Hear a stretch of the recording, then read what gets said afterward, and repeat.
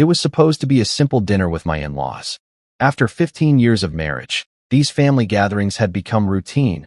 Her parents, her sister with her husband, and us. The restaurant was her choice, as always, an upscale place that I knew would leave my credit card gasping. But I never complained. Supporting her choices was what I had always done. I should have known something was wrong when she insisted we arrive separately. "I have errands to run," she said that morning. "I'll meet you there." When I arrived, they were already seated, glasses of wine in hand, laughing. The laughter stopped abruptly when they saw me. Her father nodded curtly, her mother offered a tight smile, and her sister looked away, suddenly fascinated by the menu. The conversation flowed around me like I was a rock in a stream. Work stories, family gossip, inside jokes, all carefully navigated to exclude me. I was used to it after all these years. I sipped my water and nodded at appropriate moments, waiting for the meal to end. When the dessert menus arrived, she cleared her throat. The table fell silent. She reached into her designer handbag and pulled out what looked like an official document, complete with a company letterhead I didn't recognize. "I've been doing some accounting," she announced, her voice unusually loud. 15 years is a long time to invest in someone. She slid the paper across the table toward me. "You owe me for years of sacrifice." I stared at the document in disbelief. It was meticulously formatted like an invoice, with itemized services and corresponding dollar amounts. Relocating for your job, $25,000. Cooking dinner 3 times a week for 15 years, $58,500. Supporting your career advancement, $45,000. The list went on, ending with a staggering total at the bottom. Her family erupted in laughter. Her father slapped the table, her mother dabbed at her eyes, and her sister pulled out her phone to take a picture of my face. "Be grateful it's only this much," she said, smirking. "I could have charged interest." More laughter. The waiter, sensing the tension, quietly retreated from our table. I felt every eye in the restaurant on me, waiting for my reaction. I carefully folded the bill and placed it in my jacket pocket. Years of being the calm one, the reasonable one, had prepared me for this moment. I didn't yell. I didn't storm out. Instead, I smiled slightly and asked for the check. "Don't you have anything to say?" she demanded, clearly disappointed by my muted reaction. "Not tonight," I replied, signing the restaurant bill with steady hands. "But I will." As we walked to the parking lot, her family still chuckling behind us, she grabbed my arm. "It was just a joke," she hissed. "You always take everything so seriously." I gently removed her hand from my arm. "Some jokes reveal truths," I said quietly. "And some bills need to be examined more carefully before payment is due."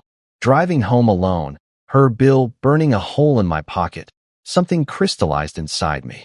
This wasn't just about tonight's humiliation. It was about 15 years of small concessions, of swallowed protests, of one-sided sacrifices that had gone unnoticed and unappreciated.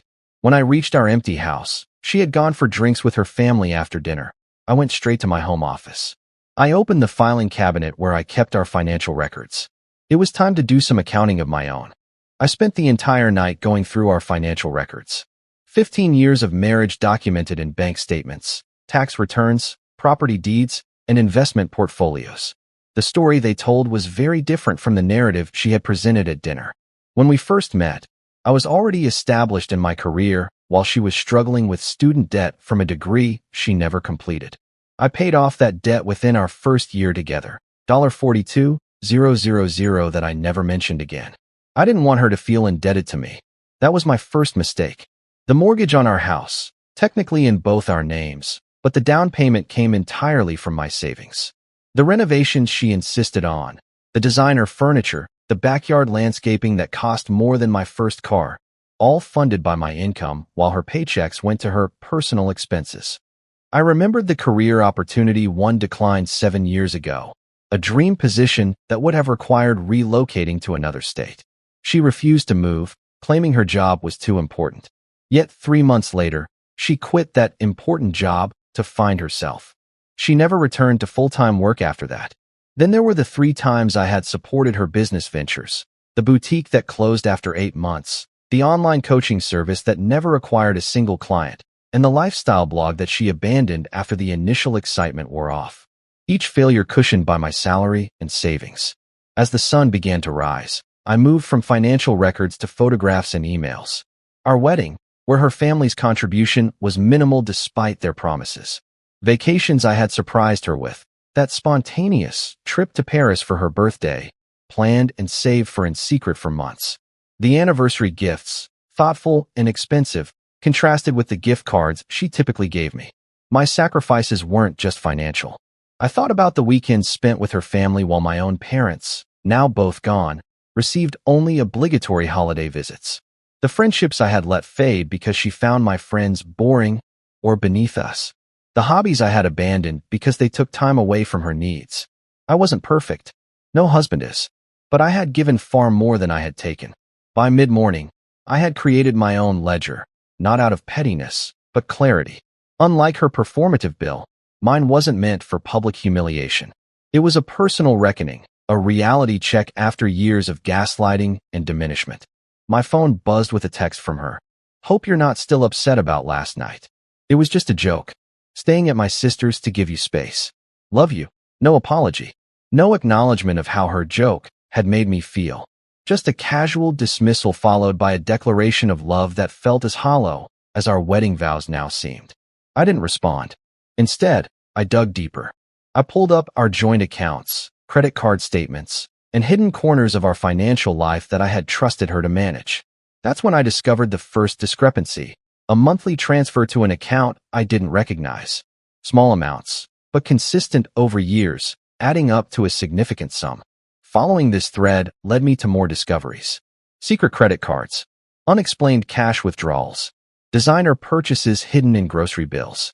What had started as an accounting of my contributions had become something else entirely, an investigation. The question was no longer, what have I given to this marriage, but what has she been hiding from me? The answers, I suspected, would cost her far more than she could ever bill me for. The next 3 days were a blur of discovery and quiet investigation.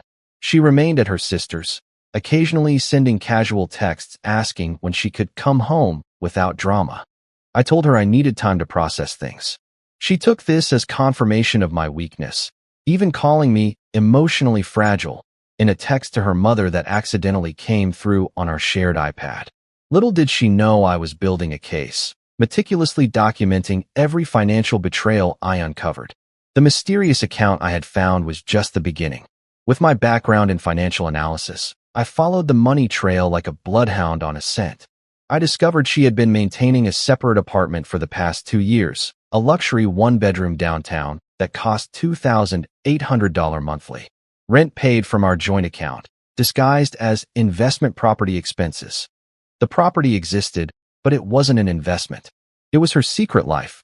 The credit card statements revealed frequent purchases at men's stores, expensive watches, cologne, clothing in sizes that weren't mine. Restaurant receipts for 2 at intimate venues on nights she claimed to be working late or with the girls. Hotel charges in our same city, never mentioned or explained. I contacted our bank and requested access to check images. There I found numerous checks she had written to cash with my forged signature. Not just once or twice, but systematically, over years. Small enough amounts to stay under my radar, but adding up to over $70,000. The most shocking discovery came from our tax returns. For the past 5 years, she had been claiming phantom charitable donations, inflating medical expenses, and creating fictional business losses. We had received substantial refunds based on these fraudulent claims, refunds that had gone directly into her secret accounts. I consulted discreetly with an attorney friend, being careful not to reveal identities. He confirmed what I suspected. Tax fraud could mean serious legal consequences for both of us, even though I had been unaware of her actions. I had signed those returns, trusting they were accurate. The emotional revelations were equally painful. Text messages recovered from our cloud backup revealed conversations with friends where she mocked me, complained about my boring personality, and boasted about how she had trained me to accept whatever she wanted. In one particularly cutting exchange, she had written, "He thinks he's so smart with his career, but he can't even see what's happening right under his nose." She was right about that, at least. I hadn't seen it. Until now. On the third night, as I organized my findings into clear, irrefutable evidence, she called instead of texting. Her voice was different, softer, conciliatory. I miss you, she said. My family, and I want to make it up to you. Let's have dinner tomorrow night. My treat this time. We went too far with the joke, and I'm sorry. The apology sounded rehearsed, the invitation suspicious. But it was exactly what I needed. Another dinner, another audience, another chance to rewrite the narrative. That sounds nice, I replied, matching her false warmth with my own. I'd like that. After we hung up, I finished preparing my documents, scanning, organizing, and creating backup copies that I stored in 3 different locations. I wasn't just protecting myself financially anymore. I was safeguarding the truth. The final piece came together when I checked our home security system. The cameras she had insisted we install for safety had captured her bringing unknown visitors into our home while I traveled for work. The footage was dated, time-stamped, and unmistakable. As I packed everything into a discreet briefcase for tomorrow's dinner, I felt strangely calm. The hurt and shock had crystallized into something harder, clearer. I wasn't seeking revenge. I was seeking justice and release. Tomorrow night, the real accounting would begin. The restaurant she chose for our reconciliation dinner was even more upscale than the previous one, a clear statement that this was supposed to impress me. I arrived early, briefcase in hand, and spoke privately with the manager. A substantial tip ensured we would have a private dining area and uninterrupted service at my signal. I ordered a bottle of her favorite champagne to be waiting at the table, not because I felt celebratory, but because I wanted to set the scene properly. This performance needed the right props. They arrived together again, her parents, sister, brother-in-law, and her. Their entrance was subdued compared to last time, but I still caught the knowing glances between them. They had discussed me, decided on an approach, prepared for whatever pathetic response they expected from me. "You look nice," she said, kissing my cheek as if nothing had happened. She was wearing a new dress I had never seen before, another secret purchase, no doubt. Her parents nodded awkwardly, clearly coached to be on better behavior. "I took some time to think about everything," I said as we settled in. "Your bill made me reflect on our years together." "Oh, that silly thing," her mother interjected with a forced laugh. "We shouldn't have encouraged her." "But it was just a bit of fun," her sister added. "You know how she is, always dramatic." I smiled and poured champagne for everyone. Actually, I'm glad she did it. It made me look at our marriage from an accounting perspective. Very enlightening. Her father raised an eyebrow, clearly surprised by my calm demeanor. "Well, that's a mature way to look at it," he said, sounding almost disappointed that I wasn't still wounded. The first course arrived, an elaborate seafood platter that cost more than a decent pair of shoes. As they dug in, the conversation drifted to safe topics: the weather, an upcoming family wedding, the renovations on her parents' vacation home. I participated minimally, observing instead. The way they seamlessly excluded me from inside jokes. The subtle eye rolls when I spoke. The constant interruptions when I tried to contribute. These dynamics weren't new. They had been present for 15 years. I had simply accepted them as the cost of belonging to her family. When the main course arrived, her father raised his glass. "To putting unfortunate jokes behind us," he announced grandly. "And to my son-in-law, who's a better sport than we gave him credit for." They all raised their glasses, smiling at me with what they thought was generosity, forgiving me for being upset about my public humiliation. How magnanimous of them. "Actually," I said, setting down my glass, "I'd like to propose a different toast." I reached for my briefcase and placed it on the empty chair beside me. "To transparency and honest accounting." Her smile faltered. "What do you mean?" "Your bill got me thinking about all the investments we've made in each other over the years," I said carefully. "I thought it was only fair to review the complete ledger." "We don't need to do this now," she said quickly, glancing at her family. "We're having a nice dinner. Just like we were having a nice dinner when you presented your bill." I replied evenly. "Don't worry, I've prepared something special too." The atmosphere shifted palpably. Her brother-in-law, always the most perceptive of the group, straightened in his chair. Her father's face hardened into the dismissive expression I knew so well. "If this is your attempt at getting back at her," her mother began, "it's really not necessary. We all know marriages involve give and take." "You're absolutely right," I agreed, opening my briefcase. "Give and take. Let's talk about exactly what was given and what was taken." "This is ridiculous," my wife snapped, the veneer of reconciliation cracking. I apologized for the joke. "No," I corrected her gently. You apologized that I was upset about the joke. There's a difference. I removed the first folder from my briefcase and placed it on the table. But that's not really what tonight is about. Then what is it about? Her father demanded, his patience visibly thinning. I looked directly at my wife as I answered. It's about 15 years of secrets. And it's time for the bill to come due. I opened the first folder and laid out the documents methodically, like dealing cards in a game where I finally knew all the rules.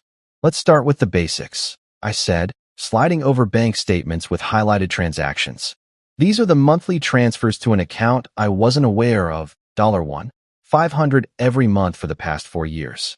That's $72,000 total. Her face drained of color, but she quickly recovered. That's my personal savings account. There's nothing wrong with having savings. I agree completely, I replied, then placed down the lease agreement. Except this isn't a savings account. It's the account you use to pay $2,800 monthly for this apartment downtown. An apartment in your name only, that you never mentioned to me. Her father leaned forward, frowning. What apartment? You two have a beautiful house. That's what I thought too, I said. Until I found this. I slid across receipts for men's clothing, restaurant bills, hotel charges, all neatly organized by date. Her sister picked up one of the receipts, eyes widening. This is from Valentine's Day. You told us you were homesick that night. This is an invasion of privacy, my wife hissed, attempting to gather the documents. These are my personal expenses. Paid for with our joint funds, I corrected. Funds that you claimed were going toward family investments. The same claim you made on our tax returns. Her father's expression shifted from confusion to concern. Tax returns. Yes, I continued, pulling out copies of our filed taxes. For the past 5 years, she's been claiming substantial charitable donations we never made, business expenses for a consulting company that doesn't exist, and medical expenses we never incurred. The refunds, totaling over $35,000, went directly into that same secret account. The table fell silent. Her mother's hand trembled as she reached for her water glass. This is absurd, my wife finally sputtered. He's making this all up because his ego was bruised by a simple joke. That would be quite elaborate, I acknowledged. But fortunately, I don't need to make anything up. The evidence speaks for itself. I laid down printed copies of emails between her and the IRS responding to questions about our returns. You forged my signature on these responses. That's fraud. Her brother-in-law, who worked in finance, examined one of the tax documents and visibly winced. This is serious, he muttered, almost to himself. It gets worse. I continued, methodically presenting the evidence of the forged checks. Over $70,000 withdrawn over time with my falsified signature. The credit card statements showing purchases that never entered our home. The screenshots of text messages where she mocked me to her friends. With each revelation, her family's expressions transformed, from skepticism to shock to unmistakable dismay. Her mother started crying silently. Her father's face had turned an alarming shade of red. And then there's this, I said finally, placing a small USB drive on the table.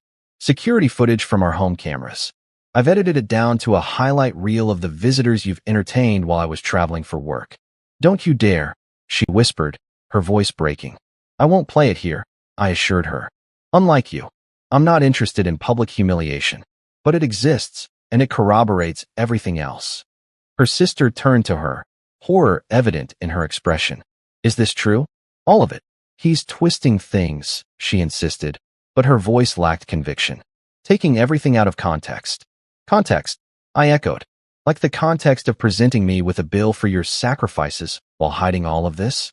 Like the context of mocking me to your family for years while systematically deceiving me. I closed my briefcase. I've spent 15 years being the butt of your jokes, the target of your contempt, and the source of your lifestyle.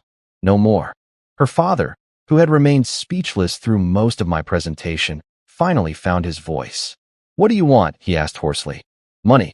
I laughed. A genuine laugh that seemed to startle them all. I don't want anything from you. I just wanted you to see the truth. To know exactly who you've been laughing at, and with all these years. I stood up, placing several $100 bills on the table to cover the meal. Consider this the final payment on my tab. As I turned to leave, her tears finally came. Not delicate, sympathetic tears designed to manipulate, but ugly, panicked sobs of someone watching their carefully constructed world collapse. Those tears, they were absolutely priceless. I was halfway to the exit when her father called out my name. For 15 years, he had barely used it, preferring son, or him, or nothing at all. But now he spoke it with an urgency that made me pause. "You can't just drop this bomb and walk away," he said, his authoritative voice now unsteady. I turned back, observing the tableau I was leaving behind. Her mother dabbing tears with an expensive napkin, her sister staring at the evidence with horrified fascination, her brother-in-law awkwardly examining his hands, her father standing with fists clenched. And at the center, my wife, her perfect makeup streaking down her face, her composure shattered. "Actually, I replied calmly. "I've said everything I needed to say." "But what happens now?" her mother asked, her voice small and uncertain. What happened next was already in motion. Before dinner, I had transferred my half of our joint accounts to a new bank. My lawyer had been instructed to file divorce papers first thing tomorrow morning. The locks on our house had been changed. Her access to our investment accounts had been frozen pending legal resolution. But they didn't need to know those details yet. "Now reality happens," I answered simply. "Consequences happen." My wife suddenly lunged forward, grabbing my arm with surprising strength. "You can't do this to me," she hissed, her voice pitched low enough that nearby diners wouldn't hear, but intense enough that I could feel the desperation behind it. "Do you have any idea what this will do to me? To my reputation? My future?" For a moment, I saw genuine fear in her eyes. Not fear of losing me, but fear of losing everything I had provided. The lifestyle, the security, the facade she had built around herself. "I didn't do this to you," I replied, gently removing her hand from my arm. "You did this to yourself. Every secret account, every forged signature, every lie was a choice you made. Every time you mocked me behind my back or leveraged my trust, you were building toward this moment." Her father approached, his anger now tempered with something that looked surprisingly like respect. "There must be some way to resolve this privately," he said, lowering his voice. "Some arrangement that would be mutually beneficial." I understood immediately what he was offering. Financial incentives to keep this quiet, to protect the family name, to shield his daughter from the consequences of her actions. "I'm not interested in revenge or money," I told him. "I just want my life back. The life I suspended for 15 years while catering to her demands and tolerating your collective disdain." "We never meant," her mother began. "You did," I interrupted, surprising myself with my directness. "You all did. The jokes, the eye rolls, the constant reminders that I wasn't quite good enough for her. You meant every bit of it. No one contradicted me. The truth, once spoken aloud, seemed to hover in the air between us." Her sister, who had been examining the evidence most carefully, finally looked up at me. "I always thought you were just passive, that you didn't mind how things were." "That was my mistake," I acknowledged. "Silence isn't always acceptance. Sometimes it's just gathering evidence." I checked my watch, a simple timepiece that had been mocked by her and her family for not being prestigious enough. Now it told me it was time to end this chapter of my life. "The papers will be filed tomorrow," I said. "You'll be contacted by my attorney. Everything will be handled legally and fairly. I don't want to destroy you. I just want to be free of you." "And what about me?" my wife asked, her voice cracking. "Where am I supposed to go?" I allowed myself a small smile. "I believe you have an apartment downtown. Quite a nice one, from what I've discovered." As I finally walked away, I heard her family's voices rise in confused, angry questions directed at her. The narrative had shifted permanently. I was no longer the punchline in their family joke. Outside in the cool night air, I breathed deeply for what felt like the first time in years.